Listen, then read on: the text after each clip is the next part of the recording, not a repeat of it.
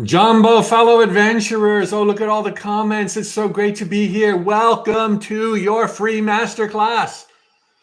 I am signed on a little bit early, about 30, 45 seconds early. We want to make sure that the buffering is okay so that those who join exactly at the appointed hour don't feel like they're missing something. So glad that you could be here. I'm humbled by the size of the audience, 10,000 people now watching. Live recorded, there'll be a mixture of that. But thank you so much for being here. I hope you have as much fun receiving this as I have preparing it. It's going to be some of my solid gold oldies but goodies and some brand new material. We're approaching that moment here. Let me make sure. Is my hair okay? Oh, it is. It is. Hello, South Africa. Okay. Thoughts become things. I see this going so well and having so much fun. Jumbo, fellow adventurers, and welcome to Negotiating a Complex World in a Time of Cryptocurrencies. A wrong program. They want more. They want better. You want it all. I got it all, baby. Thoughts become things. What's better by a millionfold than the returns now being generated by some of the well-known cryptocurrencies? Possessing the ability to make a wish and to see it come true. It doesn't get any better than where we now are, living in these sacred jungles of time and space where all things possible. Our thoughts become things. Our words give us wings. We are pushed on to greatness every single day. And to grease the wheels and make it even more fun, I'm now about to share with you how to manifest anything faster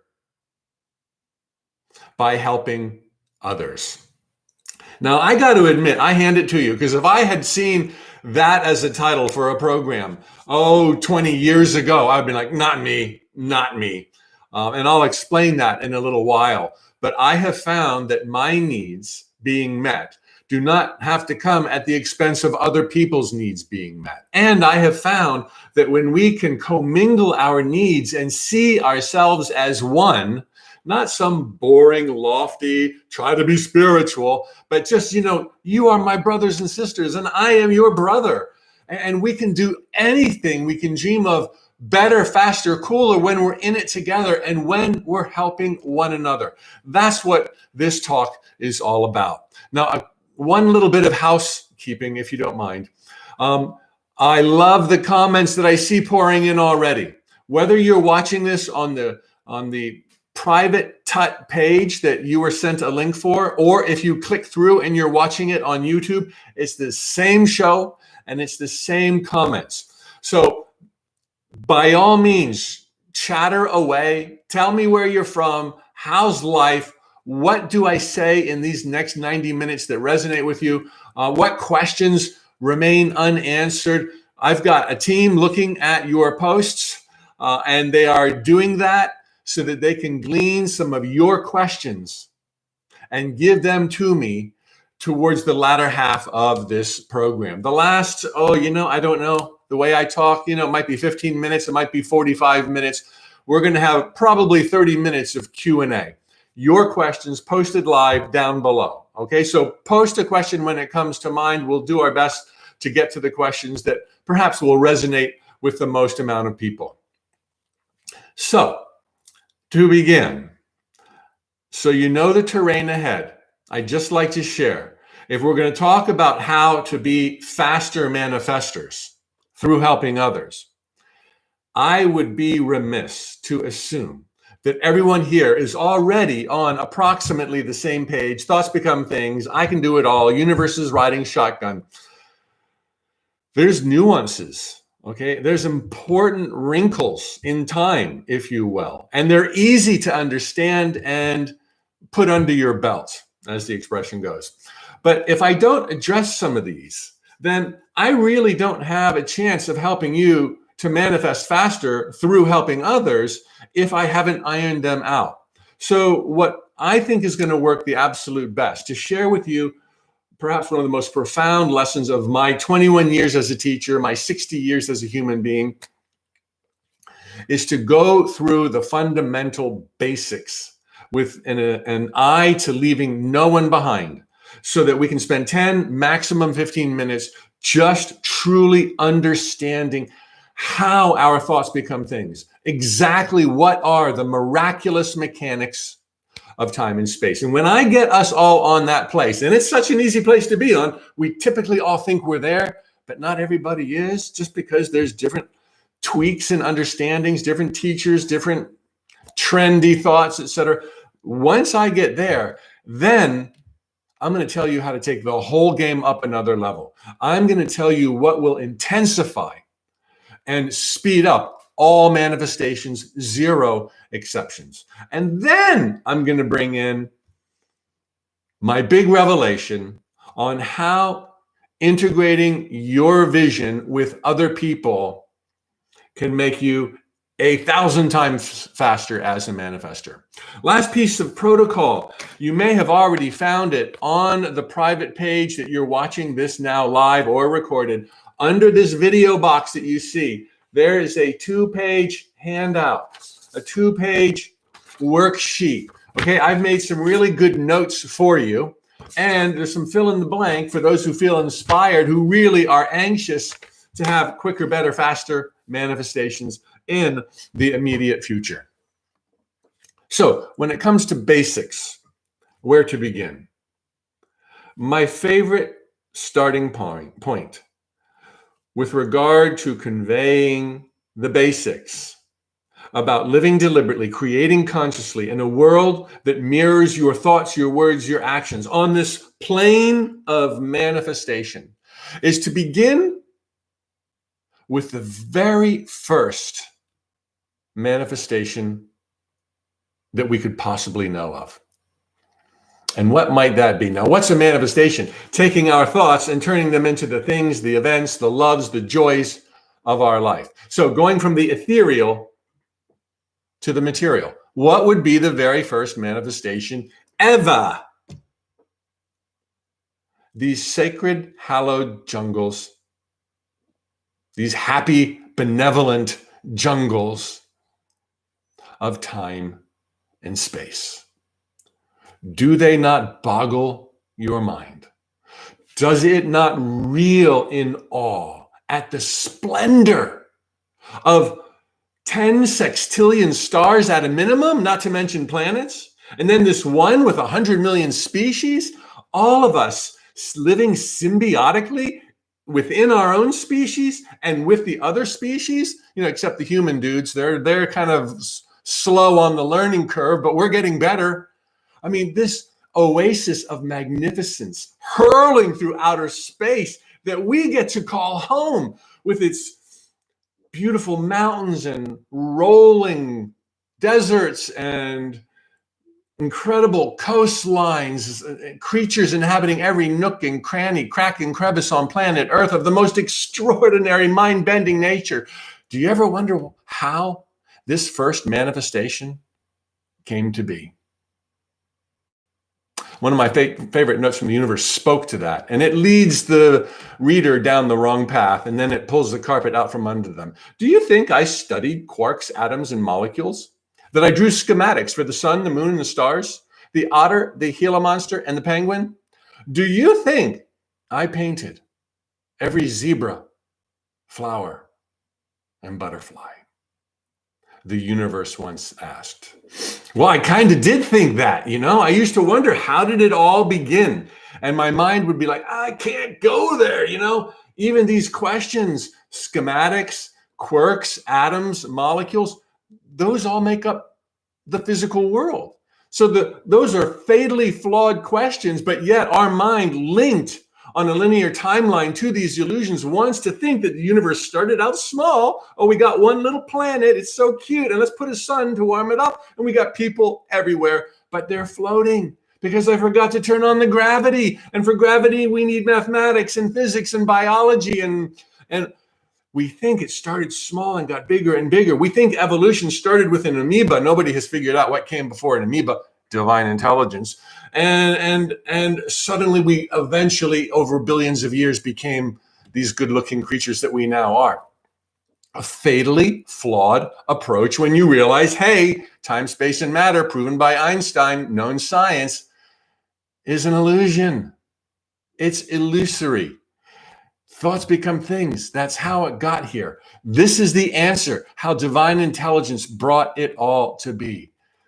The note from the universe went on and said, or if it wasn't all of the schematics and the quarks and the molecules, or do you think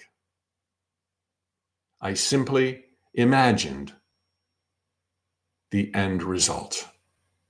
The beauty, the vastness, the symbiotic relationships, a world come alive where consciousness is actually adapting and evolving in the moment after having been given its wings through divine intelligence, creationism, then forms of evolution. Evolution didn't create the whole thing. It kind of just took the baton, because important for us to have a stage to play out our dramas on would be the appearance through seemingly impervious physical laws that this is a self-sustaining place. And we bought it hook, line, and sinker to the degree we think life is happening to us, instead of realizing we are happening to life, that we are streaming manifestors, that everything begins here before it shows up there, that divine intelligence created it all with the Big Bang.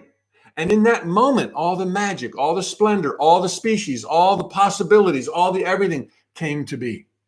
In that moment, there was you and me, of the divine, by the divine, for the divine. And since that moment, the baton has been passed to us, God particles that we are, and we get to choose our thoughts now, seemingly bounded, and actually so in many regards, by physical laws. So it doesn't happen spontaneously. It takes a little bit of time before you see the thoughts you choose and the words you speak. But everything, just like for divine mind that created the Big Bang, that's where science picks up. Do you think I simply imagined the end result? Big Bang.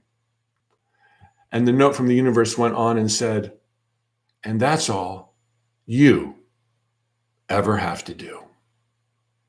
Think of the end results you'd like to experience. You're not going to get the Big Bang the universe got, because we bought the ticket to play along in this soup, this momentum, and our thoughts take a little time to show up through a minute, almost imperceptible metamorphosis where all of a sudden, holding on to a vision of an end result, showing up, we're bumped off course by a coincidence, a serendipity, oh my, an accident, coincidence, serendipity, oh my, oh crap, oh, bad word. And suddenly you're like, oh man, this is what I was wanting. This is what I asked for. Now I've got it. And that whole trail was necessary to weave me through it, in and out of my other beliefs, so that I could land here and now in a realm, in a world, these sacred jungles that mirror what I was thinking about not that long ago, vis-a-vis desired end results. I call dreams and desires end results.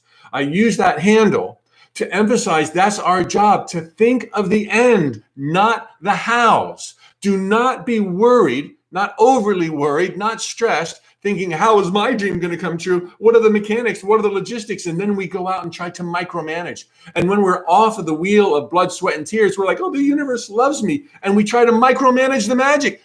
I'm going to help you today stop the micromanagement. That's going to put you several leaps forward into being a faster manifester, just part of the terrain that lies ahead of us. So the bottom line here, it's the end result.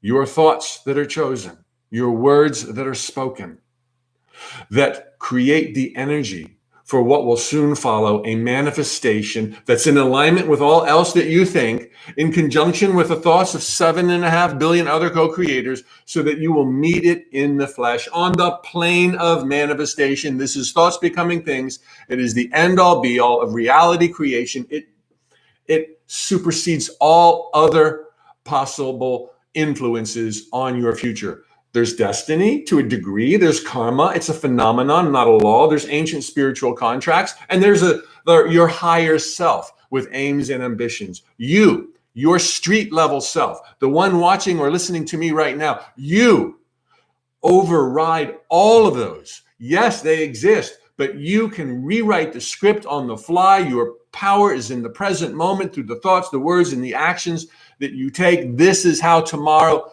unfolds. Now, of course, there are many nuances. Like, what if I have a partner who doesn't think the same thoughts? And what if I do this? And what if I do that? Well, that's why I've been speaking on the topic for 21 years and I'm still not done. And that's why there's a lot of schools of thoughts.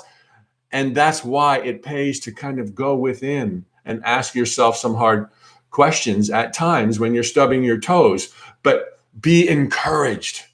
Okay, what's better than getting a wish come true from a genie? What's better than that wish being an infinite number of wishes? You, the eyes and the ears of God, come alive in the dream of life, who can write your own ticket no matter where you've been, no matter where you are. Where you are is not who you are infinitely more. This is the best of the best of the best that divine intelligence has ever comprehended, ever imagined, a much better word. And now we are living on the cusp of reality creation as creators ourselves. So let me take a sip of water. A few more basics, and then we go into warp speed. Faster manifestations just around the corner. So with these basics, and you're not giving your power away to a higher self or even a God who sometimes picks and chooses. No. God picked and chose very carefully, and you are who God most wanted to be. You are still who God most wanted to be. And God knew what God was doing when God made that choice to be you. For the fact that you're still here, you're number one.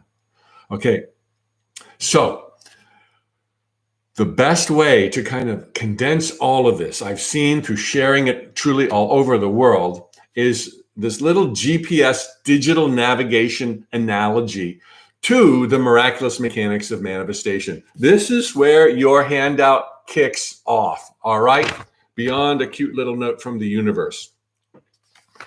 It is freaky uncanny how the miraculous mechanics of manifestation parallel GPS navigation. I've been sharing this since before people had it on their phone, and I would have to describe what GPS navigation is, but it seems to do the ticket.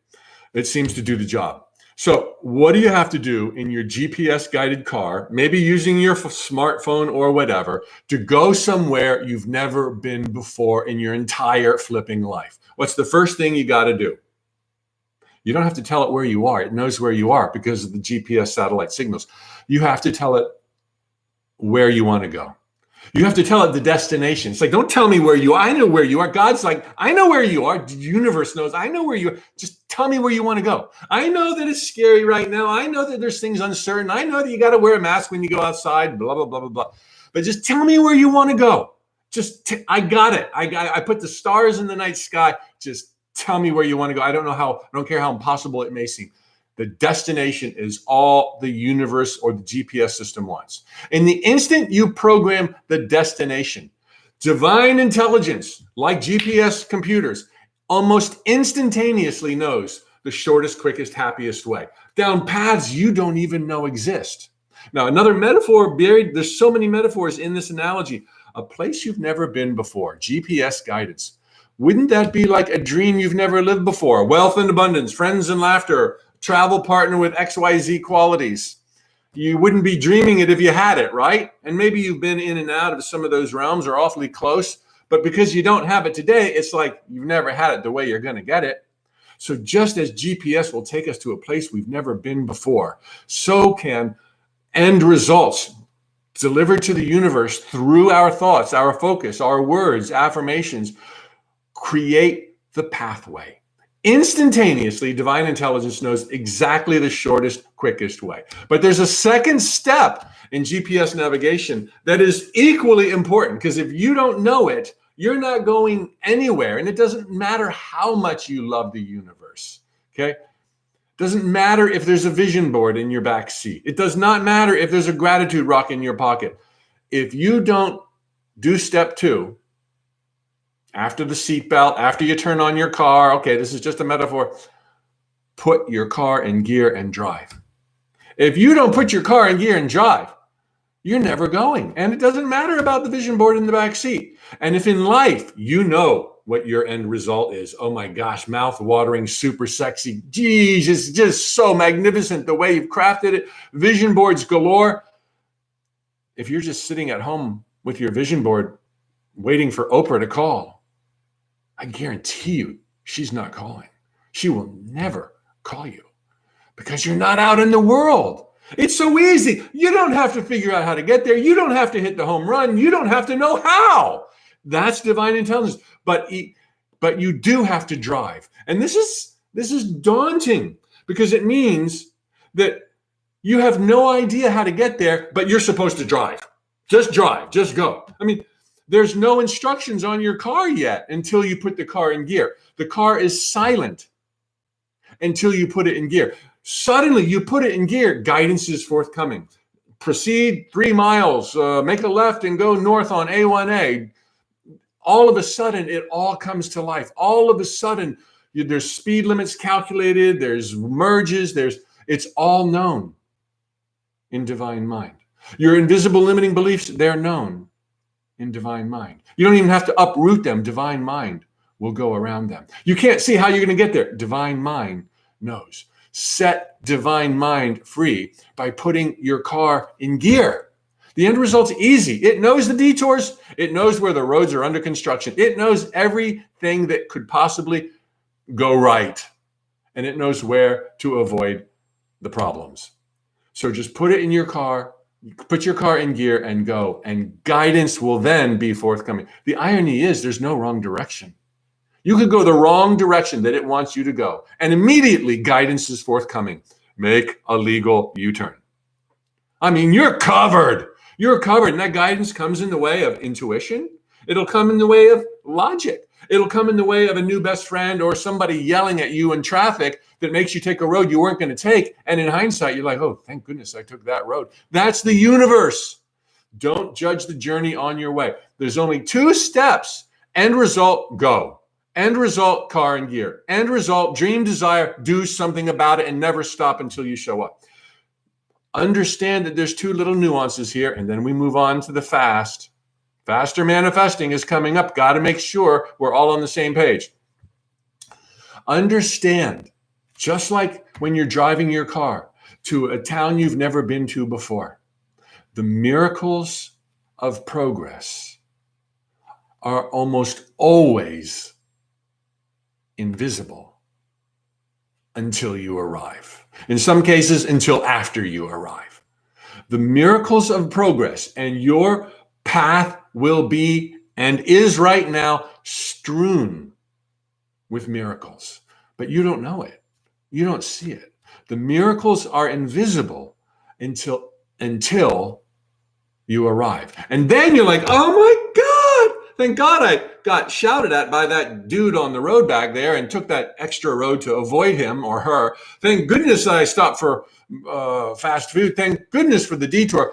Suddenly you see how everything played together in this symphony. Even when you were bounced off path because of a Starbucks attack, okay? Divine intelligence rerouted you back on path. No problem. Take a detour. Take a day off. Take a month off. Enjoy the journey. Because as long as you don't deviate with your end result, divine intelligence will still know how to get there, no matter where you deviated to. You just get back in that car. You just get off of that couch and you keep going, do your best, feel it out. What makes sense? Ask for help, ask for guidance, and your mind will be blown. Okay, so just because you can't see the miracles, and you won't be able to, okay, there's going to be a lot of miracles, and you're not going to see any of them. What is it going to look like? It's going to look like weird, crappy, stupid. Today looks like yesterday. Nothing's happening. Why isn't it working? The universe is like, why isn't it working? Mike said it's not working. Well, it was working, but Mike's now saying it's not working. It's a stupid thing. There's no such thing as Santa Claus. And so the wheels of transformation grind to a stop because your thoughts, including those that claim it's not working and that you're self-sabotaging and you don't know what it is and it's really hard and you're being tested and God is angry. become the things and events of your life competing with your happy, rosy, sunshiny dreams. So your modus operandi, when things aren't looking good, which is the way it goes, unless you realize you live in paradise, heaven on earth, and then you're happy every day. Okay, that's going to grease the wheels. But your modus operandi needs to be, it's working. Can't see a damn thing, but it's working. I'm getting closer every day. It's getting easier all the way. Can't see it, but it doesn't matter because the miracles are invisible. All right, so remember that. And just remember that. The other thing I want you to take to heart is that you mustn't, and I hate to use that word, but I have to. I also hate to say have to. You mustn't choose end results that are dependent on specific people behaving specific ways if you want 100% success. Now, if you're okay with 98% success or 8% success or 1% success, then you don't have to do this last one. So you don't really have to do anything I say. But if you want to be assured, 100% assured, 100% assured of your manifestations, then do not attach to the specific behavior and choices of specific people. Okay? Do not attach to how your dream will come true, and do not attach to unimportant details. All details are unimportant. Like where the dream will come true or when the dream will come true. Do not go there. Or do not attach to this bling and that bauble and the frosting on the cake. They're all unimportant. There's going to be people in your life and you're going to love them and they're going to love you. There's going to be a story one day, how my dream came true. And there's going to be bling and baubles and frosting on your cake. But at the outset of the journey, do not insist or attach to these things because you thereby exclude all other options. And you cannot manipulate somebody into loving you or to giving you more money or to whatever you want a specific person to do. That doesn't mean you can't have love or lots of money given to you by somebody. You just can't say who. I'm sorry, you can't say who. Now, you can try to, imagine your current partner being even crazier in love with you. You can go there, but you're never assured of success. But you can be assured of love. You can be assured of abundance. You can be assured of money, health, healing, recovery, rejuvenation, joy, laughter, and woohooing out of your convertible top driving down the Suncoast Skyline Beachway. You can be assured of all the stuff you really care about, love and money. You just can't say who, how, when, where, or any of those other nitty nuances. Most people try to micromanage their manifestations, as I already said, one nitty bitty thing at a time. Don't go there. That's the Bermuda Triangle of manifestations. Who's, how's, details. Don't go there. You might get it, you might not. Who's here? Who watching right now is okay with I might get it? Not one of you raised your hand. Not one of you is okay with maybe won't get it. Who here is okay with 100% on? Then pay attention to this. Don't attach to specific people behaving. That doesn't mean don't enjoy specific people. And that doesn't mean there won't be one there. Okay. Just rewind this when the recording is up. Yes, if you come in late, the whole thing is recorded and you have unlimited access to it beyond today's live broadcast. So rewind that and get it because it's easy to get. It's really great news and it's going to clear the way for your happily ever after. Now, are you ready to change gears and talk about acceleration? Are you ready to talk about how to have faster manifestations? You see, if I didn't talk about what I just talked about, and your idea of faster is getting Bruno or Trixie, to propose to you, it's like that might not happen. We're not going to exclude anybody. They may still do that, but we're going to leave the door open for even better. And believe me, if they don't propose to you, they don't know what they're missing. So better is out there. Okay. And it doesn't have to be marriage or whatever, but whatever you want, you can have it. Just don't insist to. Do you see, if I didn't go there and I went straight into faster manifestation, you'd be trying to apply the faster manifestation stuff to end results that are in the Bermuda Triangle. And you'd be like, that Mike Dooley was full of it. And I don't want you to ever say that. So now we've gone there. Are you ready for faster? I've got 5 things for you also on your handout that will grease the wheels like nothing else for faster manifestations. And then I'm going to show you, tell you, and give you examples of exactly how to turn them all on without even thinking about it. All right. Number one, to accelerate the process for all manifestations, choose end results that incite enough passion to stir your soul. Okay. You've got to have heard by now of the power of emotion. Oh man, it is the turbocharger of manifestation.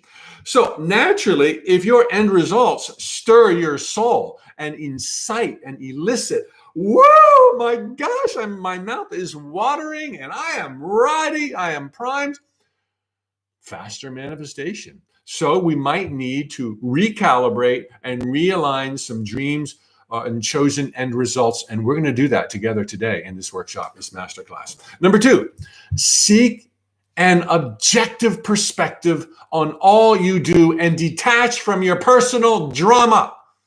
Okay. It doesn't matter where you've been. It doesn't matter where you are. As I've already shared, it doesn't matter what they said. It doesn't matter what they think. It doesn't matter how it hurt. It doesn't matter how far back you think you are. It doesn't matter how old you are. None of that matters. If you can think it, you can manifest it. And if you follow all else I talk, you can do it faster than you realized.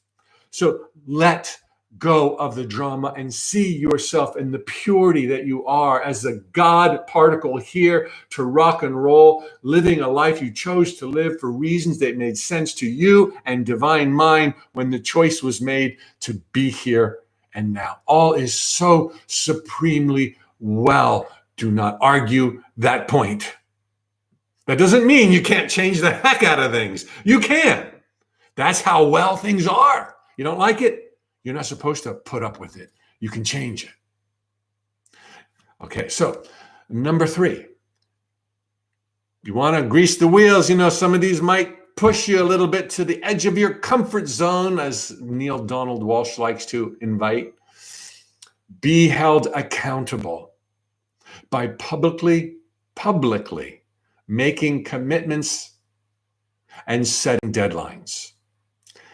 I know. My mom used to say, she used to quote somebody, forgive me, I don't know who they were quoting, go forth and tell no man. You know, she's from another generation, so it was always man, not tell no one. Go forth and tell no man. And the idea behind that is kind of special. It's like she would say, let that energy well up. Don't disperse it and scatter your energy. Blah, blah, blah, blah, blah, blah, blah, blah. I'm gonna. Let it well up. So, you know, I think you could probably even find that there's a resonance, as I just described that would create a power so that you become Vesuvius in your march to faster manifestations. No question.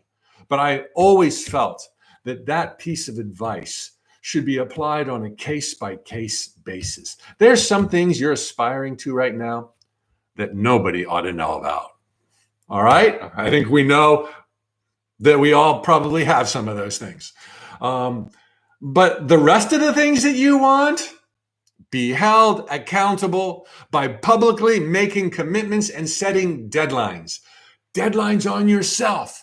Don't set deadlines on the magic in your end results. Do not say, I want to be a millionaire by July 31st.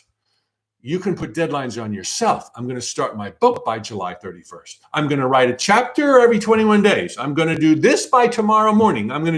You can set deadlines and you ought to set them on yourself. And you can tell folks what you are going to do. That's what this point is all about.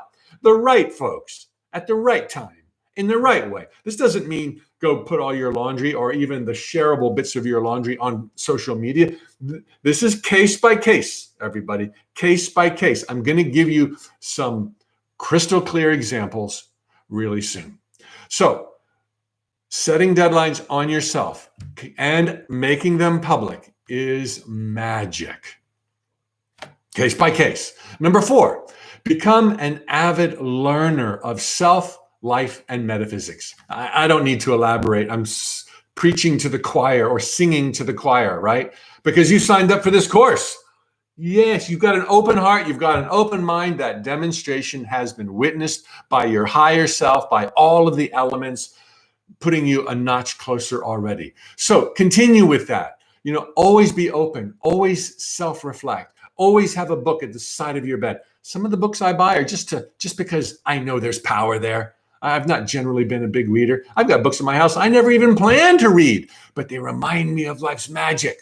And I won't say who they are because I don't want to insult the authors, but I look at the title and I'll be like, hell yeah, that's right. You're talking. That's my language. And then there's others that I do read. And at tut.com, I have a recommended reading list of about 15 books. And so, I'm not against reading, but, have a little library, have your favorite quotes, remind yourself using affirmations, do some self-reflection, ask some big questions, remind yourself who you are, the eyes and the ears of God, here by choice to rock and roll through the jungles of time and space. Okay, that is so powerful. Be an avid learner, be a joyful learner. Don't make it difficult. And number five, for accelerating all manifestations, take diverse action steps simultaneously down multiple paths. Again, get away from this is the path my dream will come true upon. It might not be. And if you're claiming it, now there's no other paths available to you. This might be the path my dream will come true on, and I will give my all, and I will show up early, and I will stay late, and I will work and love the entire journey. But it might be that path too. So I'm not going to close that door, and I'll just see how it feels every day, every week, every month, every year, going down this path. And the point here, as you diversify, certainly at the beginning of an adventure and a journey, go down several paths at the same time. I'm going to give you some examples real soon. All right, so I think I'm making a point. Now, the moment I've been waiting for, what I most wanted to share with you that I have never shared before with any other audience. It's here. I'm giving you a pregnant pause, okay? So you're like, tell me what it is. All right, I'm sorry. That's a bit annoying. Bring your passion to people. Bring your passion to people. Share what thrills you with others, okay? This is just the beginning, okay? But come away with that, and this is one of those desires that, you can share. Bring it to people. There is a magic that happens that escapes what words could give justice. When you come out of the closet, and I know that there's metaphors, and I'm not trying to speak to coming out of a closet, but when you bring your passions to daylight, when you share appropriately at the right time, what's appropriate, what feels right, when you share with others, whether it's a coach, a family member, a best friend, or an audience, when you share, whoa, everything starts to change. There is this magic when we speak passion to the world. To choose words you bring down from the ether, words you bring down from the ether, a few words, a sentence, 12 words out of an infinite number of possibilities. This is the power of the word spoken of in the Bible and in many other holy places and some Hallmark greeting cards. The word is your wand, okay? And it's because you've distilled so much into so little to create clarity in your own heart. That's wow enough. Holy crap. You can invent the whole physical universe with just that. But then when you take those words and you speak them to others, chosen others, special others, select others, it just goes up a millionfold. Okay? So this power of bringing your passion to the people through the spoken word in these layers, it's almost unbearably awesome. And perhaps, now I'm not a Bible person, I'm not of any religion whatsoever, I respect all paths to truth. But it does say in the Bible, and I was raised a Catholic, whenever two or more are gathered. Now, there's a lot of jewels in the Bible. And there's some stuff that, raises a lot of questions. That stuff I don't embrace. The stuff that just resonates truth, I embrace. And that I embrace. I don't know why I embrace it. I think it's because when we are exposed to truth, we light up. Our cells are like, yeah, cling, ding, checkbox. Whenever two or more are gathered. In my name, what does that mean? In the name of truth, in the name of desire, in the name of whatever. It's not meant to be, in my view, God's name. Whenever two or more are gathered, it's monumental. It is more than mathematics. It is exponential. The power your dream, your end result has to become a thing, an event, a circumstance, quicker, faster, and even more harmoniously. This is bringing your passion to others, okay? So now, these accelerants, that I call them, what a word, these 5 things that make manifesting happen faster, they are all automatically engaged and elevated when you bring your passion to others. Lots of examples coming. All right. The first kind I've already shared. Tell your mom, tell your partner, tell your kids, tell your best friend. Start a mastermind group. Google it. What is a mastermind group? It's a small group of people who get together in the name of their dreams coming true or a dream coming true, and they work together thinking about it, inspiring one another. So have a mastermind group. Oh my gosh, the floodgates begin to tremble. Or perhaps you could kick it up a whole nother level. Bring your passion to people. Not just a family, not just a mastermind group, not just to manifest your boat, your travel partner, your house, your career. Those are all fine. But if you want to extract yourself even further from micromanaging, bring your passion to others in the form of service. That's what I called you here for today. And I've got so much to share with you on this. This will clearly take 90 minutes. I do hope I get to your questions. Now, this is what the rest of the masterclass is about, okay? You can take all that I've shared and bring it to your passion to others in the form of mastermind groups, and we're done. But if you want to quadruple the exponential factor, you're going to bring your passion to others through service. But before you turn me off, let me tell you, service was a word that would make me literally run to the hills when I grew up as a Catholic. Because to me, and maybe this is not fair to Catholicism, but to me, service meant being selfless. And I've never been very good at that. Service, I thought, meant selfless. And it meant put the needs of others before your own. It's like, well, then why would I have chosen to be me? Why did God most want to be me if I would just put everybody else's needs and ultimately their desires ahead of my own? And if everybody did that, then nobody would get anything done. How can I help you? No, how can I help you? No, I really must help you. No, please let me help you. Right? It sounds like a cartoon I used to watch, whatever those gophers were or whatever they were. And with that kind of understanding, I salute my former self to run the other way. You're not going to be much service to anybody if you're denying yourself.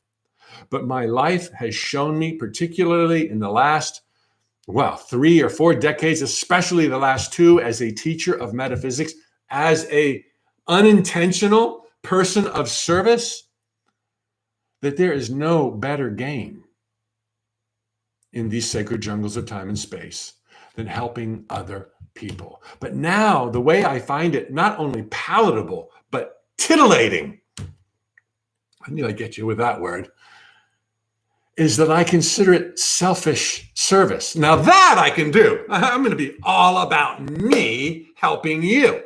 That works. That's the ticket. That's what it's all about. Service isn't supposed to be selfless. That was my naive, dumb interpretation long ago. Service is service.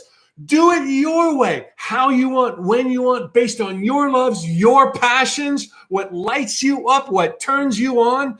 This is service.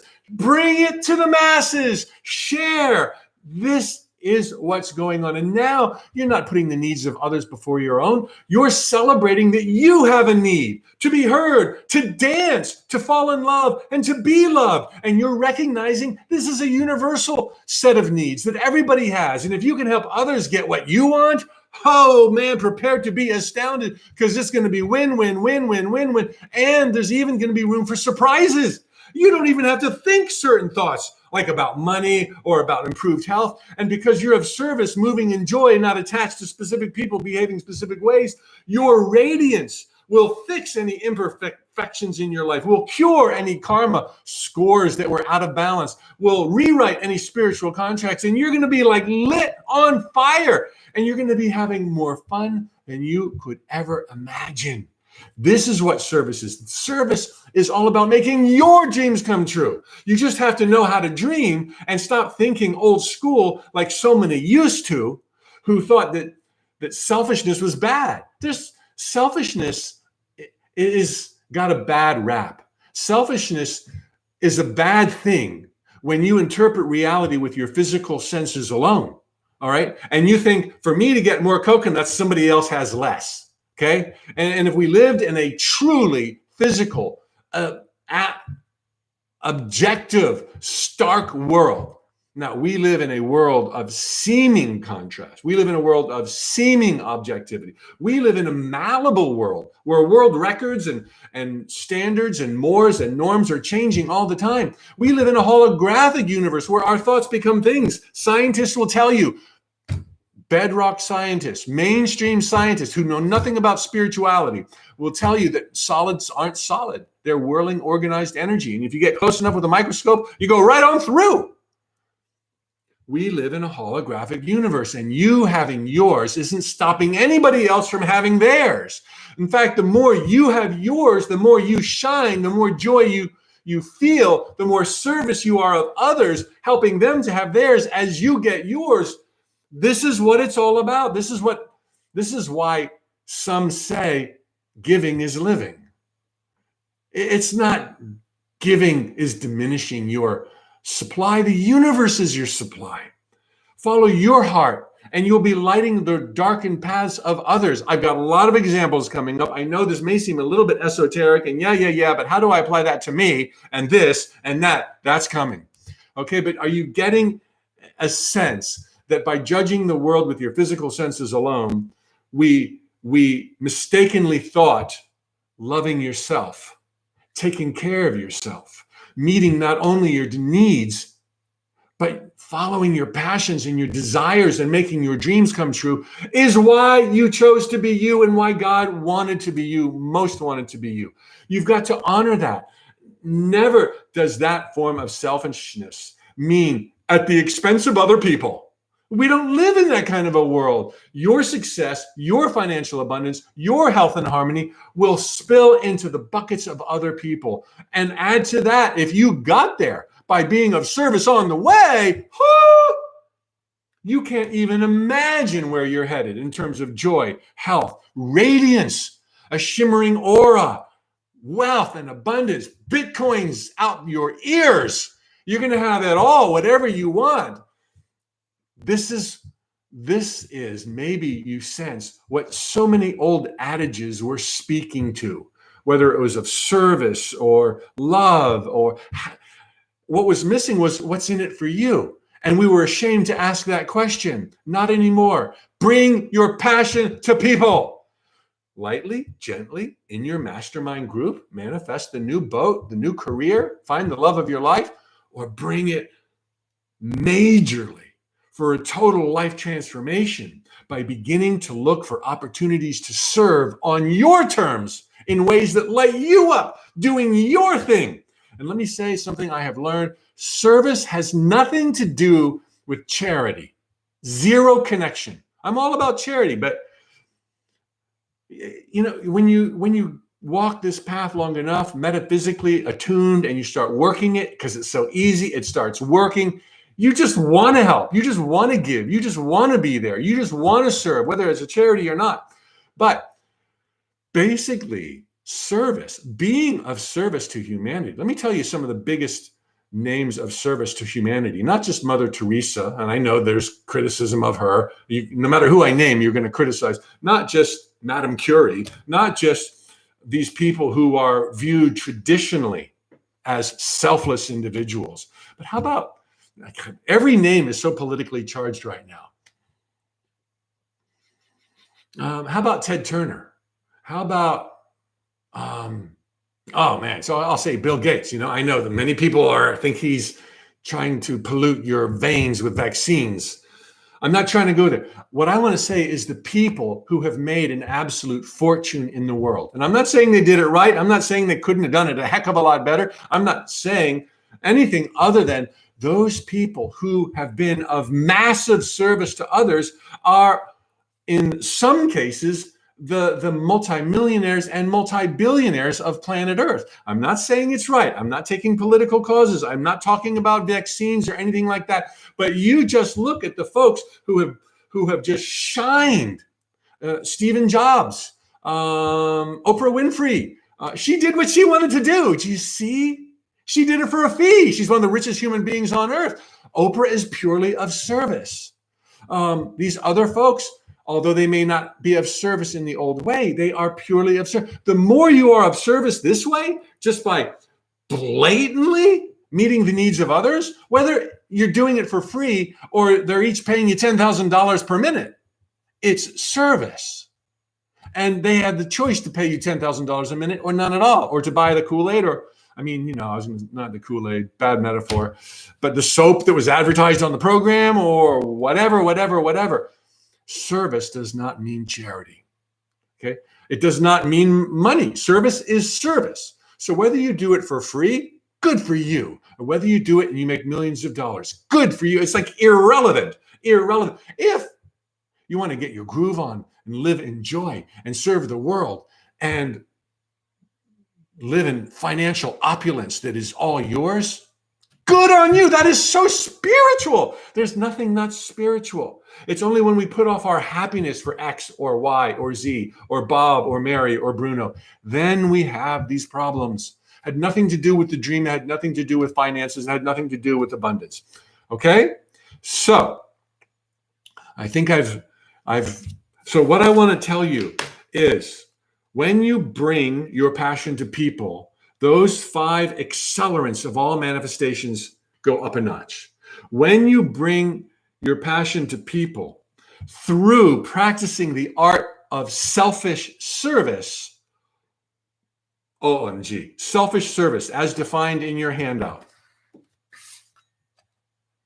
Follow your heart and draw upon your unique life experiences to meet the needs of as many people as possible. Help others on your terms when you are ready. And understand whether you serve for free or a fee does not change the nature of service. What great news. Let's look really quickly at these accelerants so that you can match. Okay, and I told you don't have to go into selfish service. If you want to do your mastermind groups and that's how you bring your passion to others, or you just want to share it with your partner, we're done. You got it. You own it. You can have it, and it'll be faster than ever before. But if you want to take it to a whole nother transformational level, look to be of selfish service. And then, oh my gosh, when you're using your passions, and I will explain to you how to discern what they are. I know many of us are desensitized.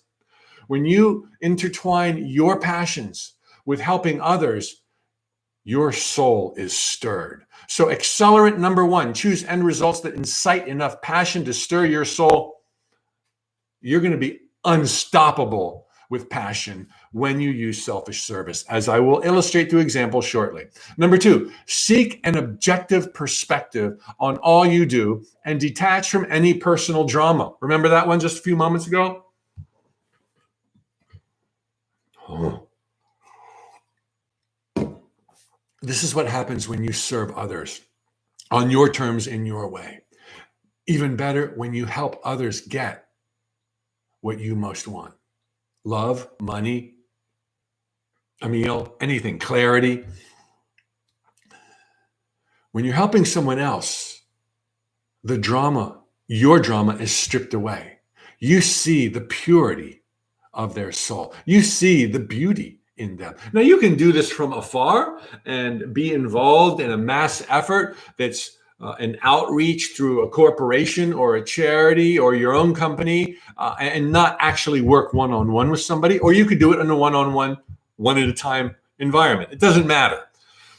But in any way that you help others en masse or individually, you strip away the drama that you've been carrying around when you look at yourself. And suddenly you see the pure essence of an individual who wants the best for themselves and who's doing their level best to make ends meet.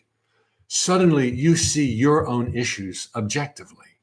You see yourself without all the soap opera nonsense. Seek an objective perspective on all you do. Detach from any personal drama. When you help others, you see yourself ultimately, even accidentally, in a brand new light. And while they might complain about something, you're like, come on, haven't you succeeded before? Come on, you can do better. Come on, you know that you got this. And then you're going to hear yourself one day complain the way they complain, maybe even using the exact same words. This has happened to me countless times. And I'm like, now I've already counseled somebody on exactly that topic. What did I tell them? And then I tell it to myself. And I was like, oh, it was pretty easy, but I was trying to make it hard. So by bringing your passion to people through service, these accelerants are like, phew, totally another level. Number 3, be held accountable by publicly making commitments and setting deadlines. Okay, again, when and where appropriate, within your comfort zone, probably, not necessarily on social media. Now you're serving others and you're telling them your plans. Again, you've brought words down from the ether, infinite possibilities, into your passion, and you're sharing them. More people are on board. More expectations are aroused. Enthusiasm is contagious. And you see through their eyes how inevitable your success will be. Number 4, become an avid learner of self, life, and metaphysics through immersing yourself in other programs like this and books or self-reflection. When you're trying to help somebody, you know what you end up doing? Teaching somebody. Directly, indirectly, through metaphors, through analogies, whether it's metaphysics like me, or how to make a living, or what kind of insurance they should have, or whatever. Suddenly, you need to be the best teacher possible. Suddenly, you're called to a higher level to know better what you're talking about so that you can field their explanations like you were catching a softball for the league. So now, because you're holding yourself out to the world or whoever to be of service with your passions, you're digging deeper down to do a better job for them, which does a better job for you.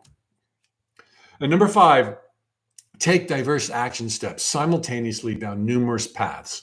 All right, here, wanting to level up, not disappoint those eager beavers who are now all in on your public commitments, deadlines, and statements. You're going to try every trick in the book, and you're not going to go, well, the universe loves me. I'm going to write the book. It'll be a bestseller. Oprah will love it. I'll live happily ever after. It's like, no, now everybody's waiting for you to write the book. It's like, well, that's a lot of pressure. Maybe I'll start the article at the same time, and I'll go back into human resources because it was always my second passion. And I'm going to do this. And now the universe is like, you're giving me more to work with. You want wealth and abundance, friends and laughter to help and serve. I know how you can do that better than you know how you can do that. And it may be your book. We're not taking it off the table, but it may be some of these other sticks we put in the fire, which take the pressure off of you for writing the book. And now you're going to write a better book, and it makes other things possible at the same time. Do not think you need to burn your bridges and go out. This is how it's going to happen. Watch me. I'm going to soar. There's a law of attraction. I can do it. The universe loves me. Too much drama, too much pressure. Yes, that might be it, but you don't have to narrow it down to one path. That's what this point is. And when others are on board, you so much more want to succeed, and you will intuitively know not to close any doors, and you will diversify without settling for less. All right, so do you see how not only bringing your passion to people, but choosing to up it by being of service to people on your terms with your life experiences, and I'll tell you in a moment how to get there, it's an entirely new game. All right, so let me see here. One more thing that happens when you are of service. When you are of service, you give. When you are a giver, whether you're giving cash or you're giving confidence, support, emotional connection, whatever. When you give, it's tantamount for you doing any other physical demonstration, which is huge because your inner witness cannot miss this physical demonstration. When you physically demonstrate, you are installing a belief or reinforcing it if it's already there that I am provided for. I have the time to help you. I have the resources to help you. I know you're paying me a big fat bill, so I'm going to help you. But I have what you need, or a part of what you need. I am provided for. When you resonate, I am provided for, even by writing somebody a $5 check or a charity, I am provided for. You shall then be provided for. And that is in addition to these 5 accelerants for faster manifestations. So being of service is being a giver, which is demonstrating that you are provided for, and so you shall be provided for. Whoa, you're going to be a tornado of awesomeness, an even better tornado of awesomeness. So I'm going to give you a little case study right now that begins with something that may seem like a tangent. I was in Frankfurt, Germany, 25 years ago, while I had a t-shirt business with Mom and Andy. And I was visiting some friends. The business was kind of, slipping, sliding. It was Tut Enterprises, but we were selling t-shirts and gifts. I had a self-published book. So I was there trying to sell it at the Frankfurter book show, the book Messe. And the book was about the nature of reality. It was called Lost in Space. And I was with my friends on their balcony because I couldn't afford a hotel.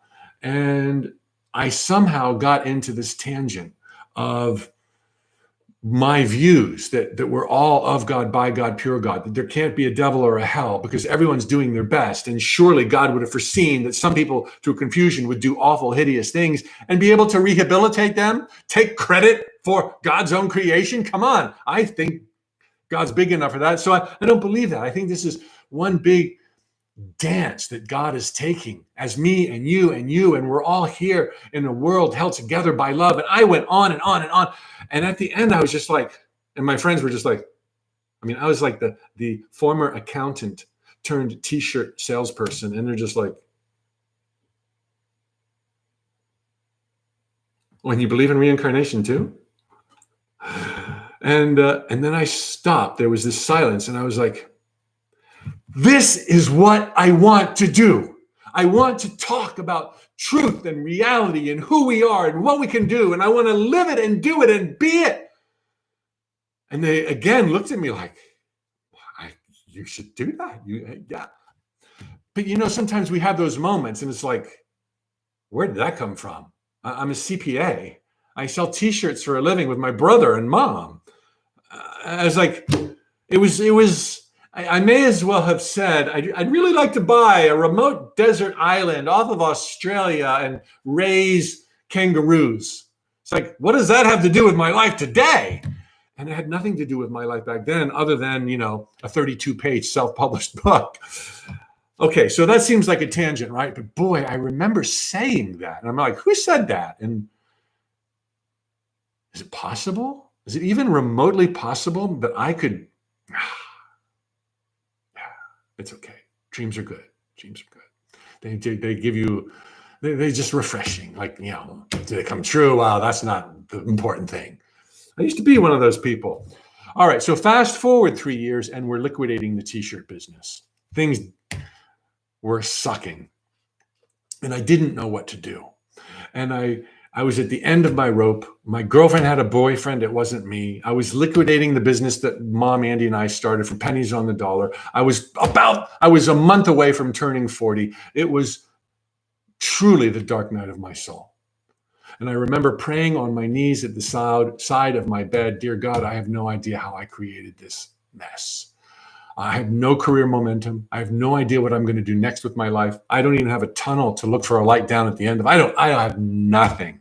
And if I don't figure it out, it's months. It was 24 months, but it seemed like a short 24. In 24 months, I lose my home. It's relative. People worry about silly things. Some people have 24 days and they worry. I had 24 months and I was freaked out. What happened to my life? What happened to my girlfriend? What happened? I'm no good. I'm bad. I'm broken. I remember saying I would like wealth and abundance, friends and laughter, creative, fulfilling work, and international travel. Those are my 4 things.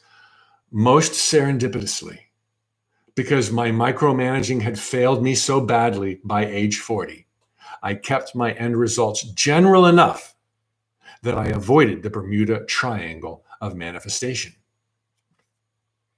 Amen.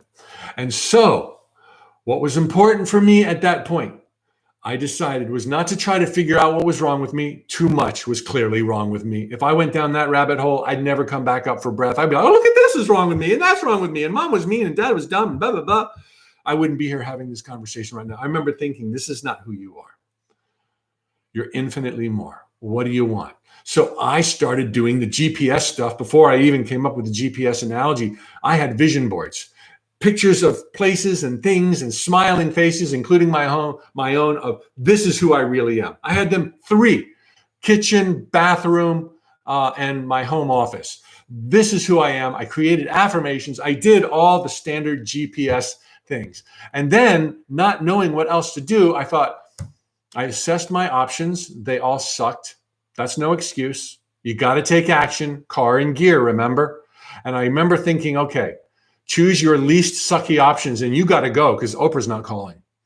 So I went out and just made a list, accountant's resume, send emails for free to people who had visited our t-shirt store, and consider irrigation repair as an entrepreneur.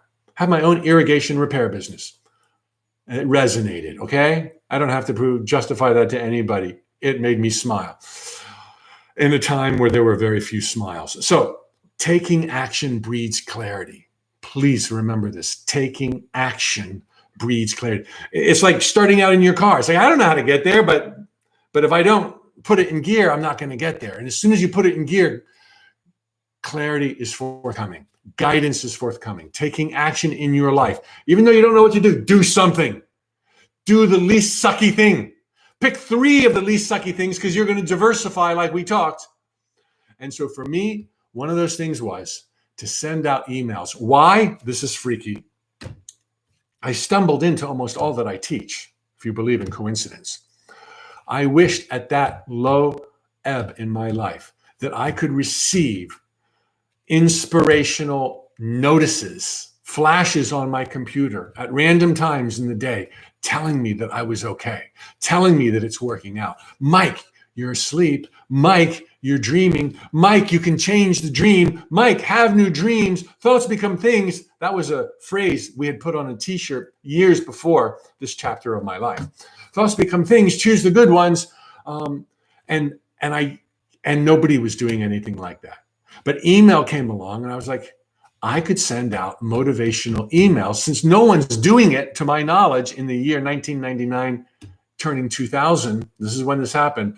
I thought I could send out.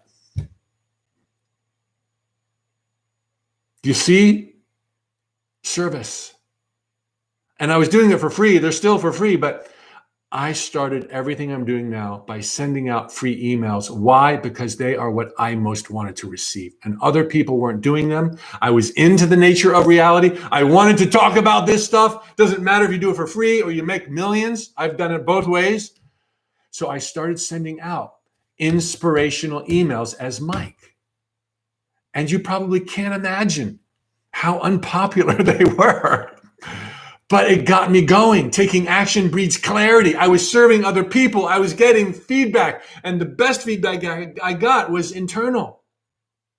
And I had this feeling if I wrote as the universe, I could say the same stuff, but from a different perspective. And it would be more impactful if the universe said, I love you, than some stranger said, I love you. You rock. Mike Dooley. Who's Mike Dooley? I don't know. Some weirdo. But at the universe, you're like, oh, yeah, I do rock. That's what I'm talking about. Okay. Yeah. I like these emails I'm getting from the universe. I stumbled into it like 10 months after I started out. Taking action breeds clarity. I didn't know where it was going. Sometimes it was embarrassing. My net subscriber growth was often negative in a week. But what else was I going to do? Wait for Oprah? That's not an option. So I got busy down multiple paths. Circulated my accountant's resume, and I don't want to go there. And surprisingly, the world didn't want me to go back there. It's like, wow, you're kidding. I'm awesome. No, you're not. Okay, I'm not going back. You don't have to interview me. So all of a sudden, I'm on a path making no money, but it felt pretty good. This internet's awesome. I built out a website, created a community. For those who get notes, made a little website, a dating website within the website. I lost track of how many people got married. I'm being of service. I didn't think of it in those terms. I was trying to save my own ass. I was broke. I was scared. It seemed like my life had come to an end. I can't tell you how bad things were when I was 40 years old. The only person who could not get a date at TUT.com back when it was a dating website, that was an attribute for the note subscriber community, was me. But I kept at it. I kept doing stuff. I in every regard where I wanted change, including romance, I did whatever I could with whatever I had on my terms, in my comfort zone that I could. And so I continued and I continued. And the website was free. The notes were free. And I thought, I got to get a little logical. I started speaking. I spoke at Toastmasters clubs. I shook like a leaf on a tree, telling people that the driving philosophy of my life was thoughts become things. That was a t-shirt design in the 90s. That's how I conveyed spirituality. That's how I talked about power. This is the passion I was sharing. And so when I joined Toastmasters, so that I might one day be hired as a keynote speaker for boatloads of money, they get paid a ton. Let me join Toastmasters and let me speak about my passion to hopefully paying audiences. And so I shook like a leaf on a tree and read every word of my 7-minute speech. Actually, it was like a 4-minute speech, your icebreaker. It was harrowing. It was humiliating. It was terrifying. I lost my place on the page twice because of the dumb awe counter ringing a bell that you're not supposed to ring for icebreakers. And there was only like 11 people in the audience. Who would I be kidding to think that one day I might speak to 10,000 people about thoughts become things?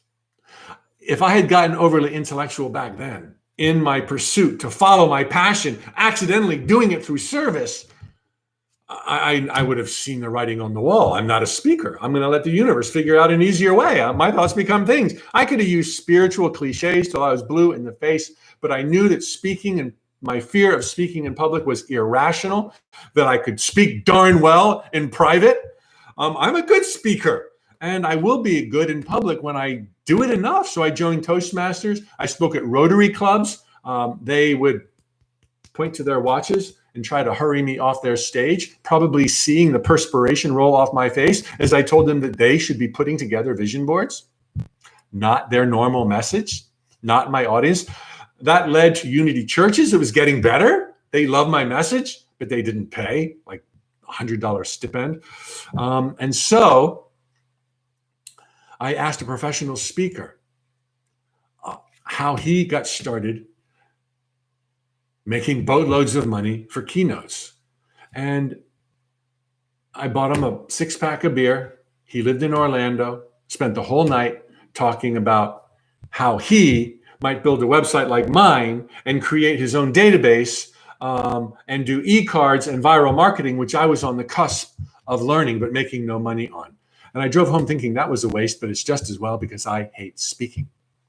He called me a few days later and said, Mike, you got a database. I got a database. We're both trying to grow our database. Let's combine our databases and sell an audio program. It's like, this guy would do that with me.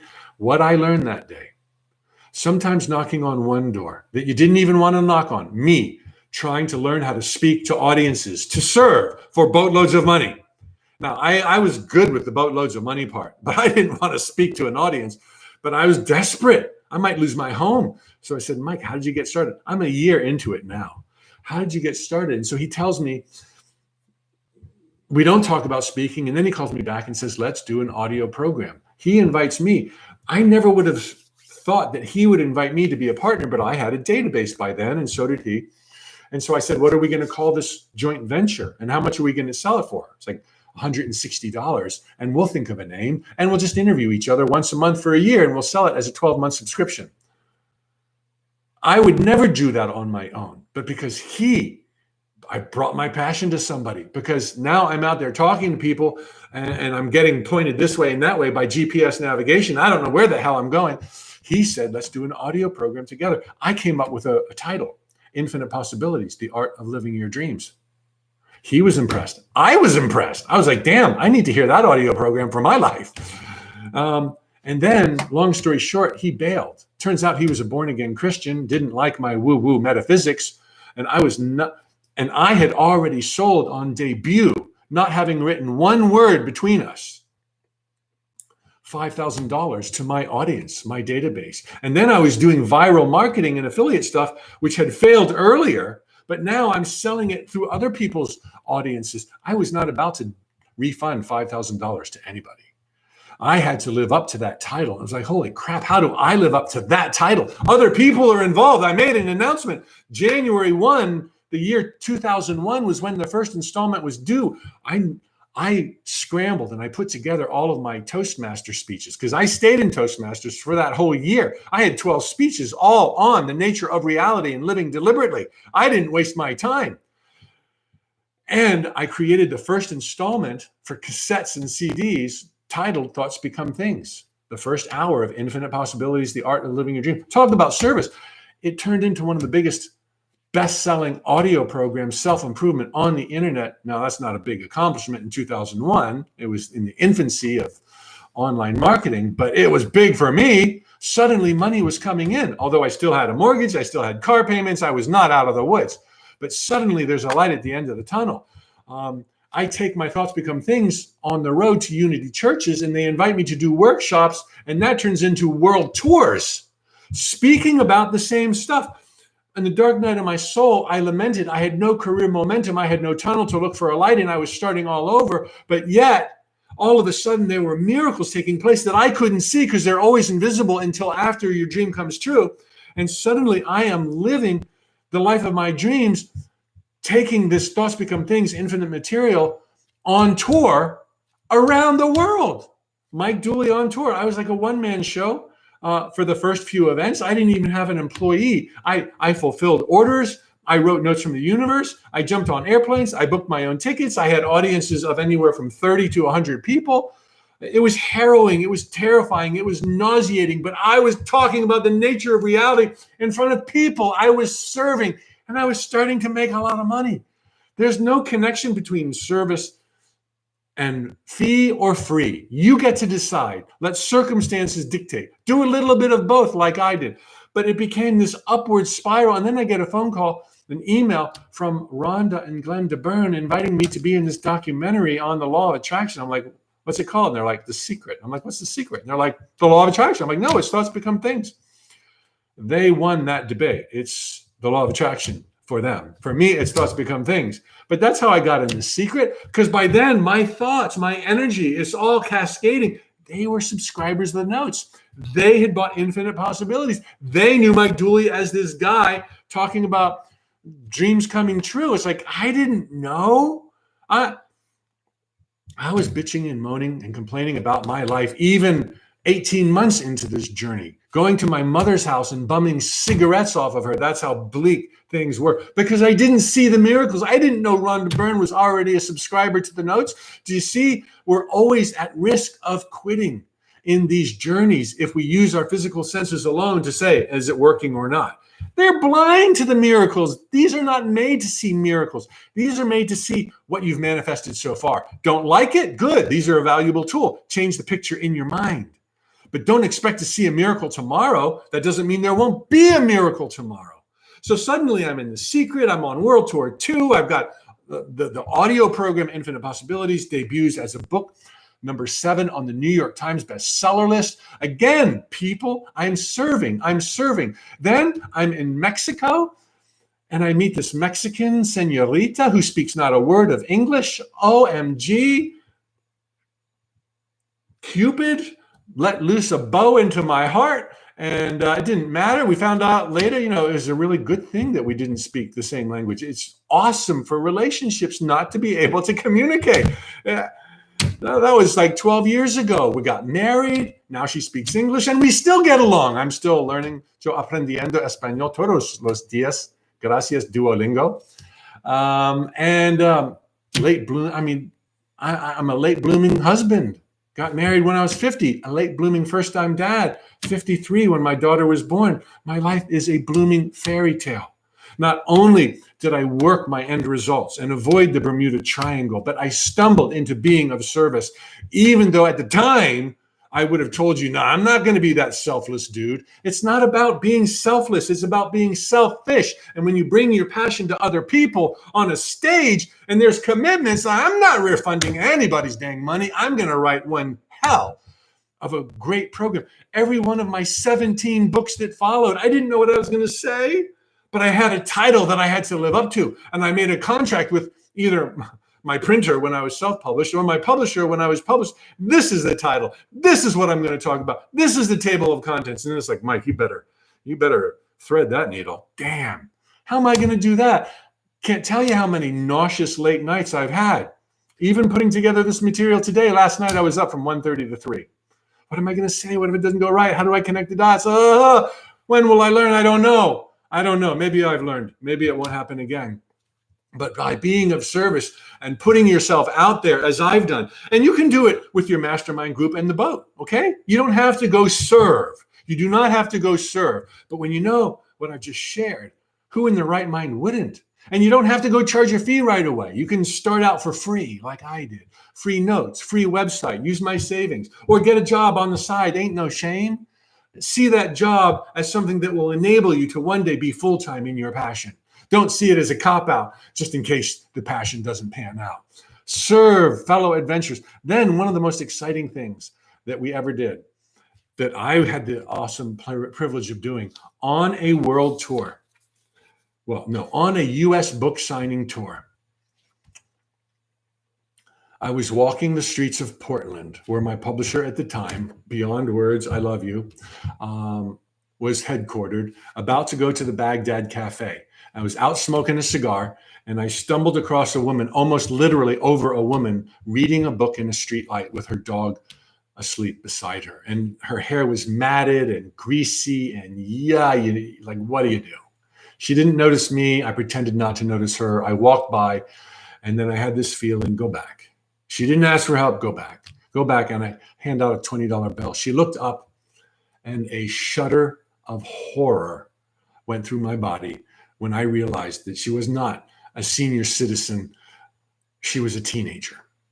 And I remember wanting to scream, don't you know you're powerful? Don't you know you have choices? Don't you know you can think yourself out of this with baby steps and words? You are a gladiator of love and joy here with default settings to thrive. It's like, what could I say? I held out the 20. She lit up, said thank you, and I walked away.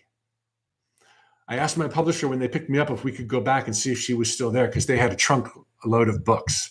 It was Infinite Possibilities. I said, would you mind if I gave one of those away? It wasn't my book to give away, but they said, yeah. So I went, I said, hey, remember me? I'm in town writing a book. I'd like to give you a copy. I thought she would rebuke me. I thought she would say, I don't need your charity. Enough is enough. Stop bothering me. You're harassing me. No, she lit up. She said, I love to read. She was reading. She said, thank you. I was like, I remember thinking, Mike, you're not going to be her life coach. You don't have time to sit down on the curb with her. What can I do to help her? It's in your nature, like it's in my nature, to help somebody. when you think that they could make other choices. Nothing against homelessness, nothing against reading in a streetlight. And I can respect that many a noble soul has chosen that path for their own enlightenment. So I'm not talking down to anybody who's chosen a homeless path right now.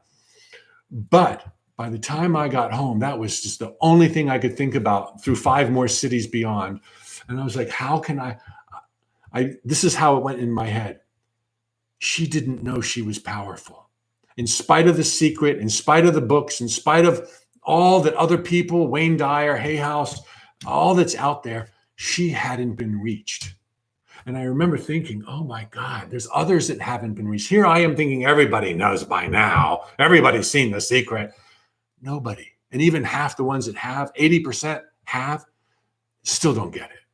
So I was like, I am going to start giving back just for the sake of giving back. By then, money was rolling in. By then, I was fulfilled. By then, so much good was happening in my life.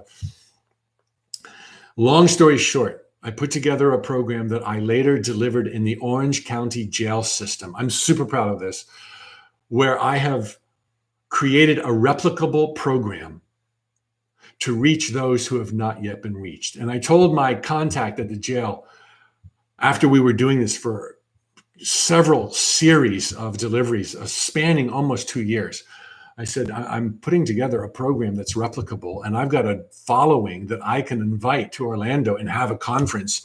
I'm going to call it Train the Trainer. And he said, Mike, you're not ready. I'm like, I know I'm not ready, but I'm just telling you this is where I want to go. He's like, Mike, you're not ready, but do it anyway. That's how you get ready. And it's like the light went on. They're like GPS, like start now. And the feedback will be amazing. The clarity you gain. And so Infinite Possibilities Train the Trainer was born. One of the many plates that are spinning at tut.com, reflective of my passions that I brought to people through the way of selfish service. I could go on and on. 2,000 people, certified trainers in 42 countries. They're out there taking my replicable program and delivering it to the masses. What's your program? What's your passion? What's your gig?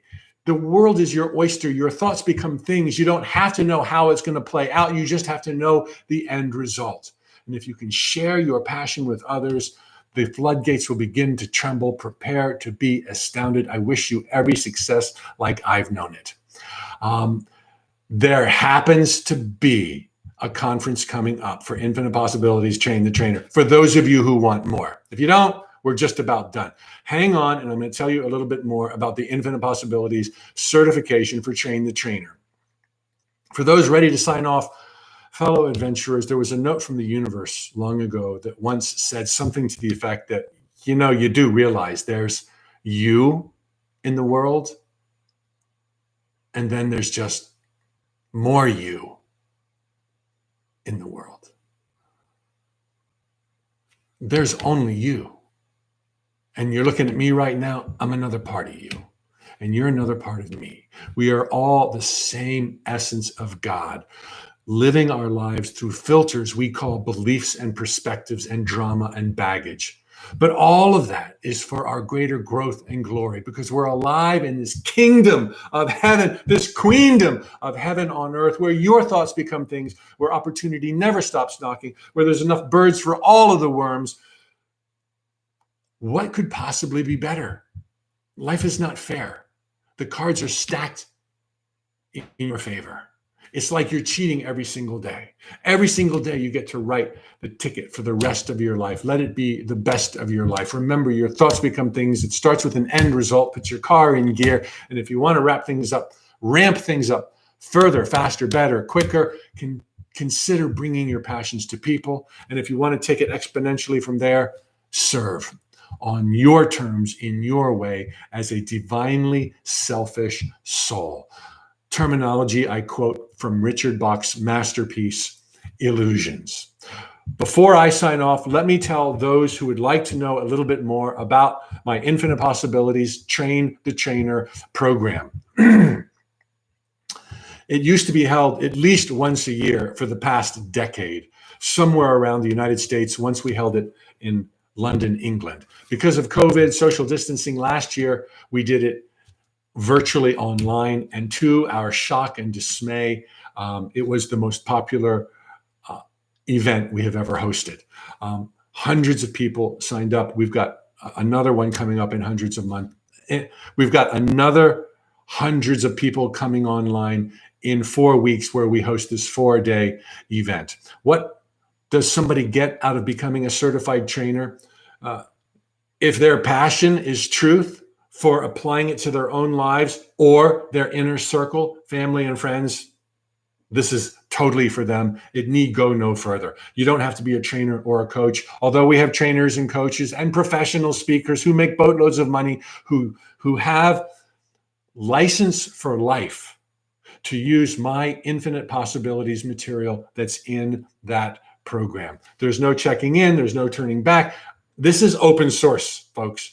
The people who do open source on the internet, Google, Facebook, Twitter, all of them, Yahoo, they are the most Goliath prosperous entities out there because they level the playing field and make room for everybody. That's what we're doing, open source. Certified trainers receive my PowerPoint presentations, my stories, my analogies, GPS to use with friends, family, or in a commercial setting on their website, blended with their life experiences, however they want to do it, a little or a lot, for free for life.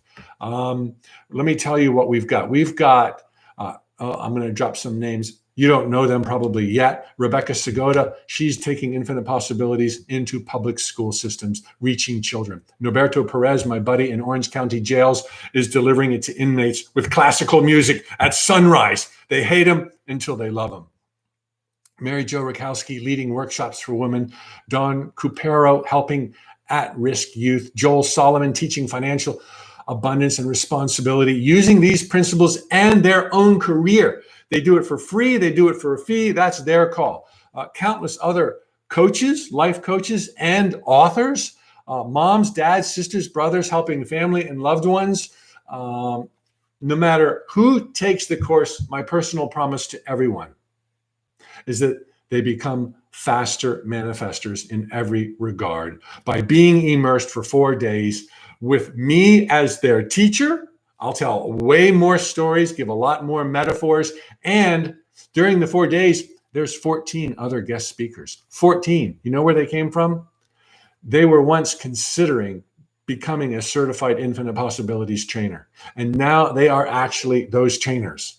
So we make space in our organization to give you a stage to share what you're passionate about, whether you do it for free or for a fee out in the world. We are proud to include you amongst our 2,000 certified trainers. Let's see what else I can tell you. It's in 4 weeks. The early bird discounts are already gone. It's about $995. Anybody listening right now can have a $100 discount if in the checkout process, the coupon code, they use trainer 100. Trainer, Trainer, all capital letters, 100. And that'll take $100 off because you've sat through this masterclass. Muchas gracias. Want to make it as easy as possible. Go to the website that's below or around here somewhere. You'll also see that we offer scholarships. We want to level the playing field. Check out what the requirements are for that. Fellow adventurers, I have taken up my allotted 92 minutes. I appreciate so much the questions. I've hidden from view the discussion panel because it was just so much activity. I wish I could see you and hug you and kiss you right now. Let me be the first to congratulate you on the beginning of the best of your life. You are truly pushed on to greatness. You are loved and adored. You are born worthy. Your thoughts become things. Your words give you wings. Your positive thoughts are 10,000 times more powerful than your negative thoughts. Well, I guess I didn't need to be sleepless for 2 hours last night. Thanks for the energy I have absolutely felt during this live broadcast. Thank you all. I wish you a happily ever after. I wish you all that your heart desires. May all that you wish for be the least you receive. Until we meet in person, thoughts become things. Lots of love from Orlando, Florida. Taliho amigos.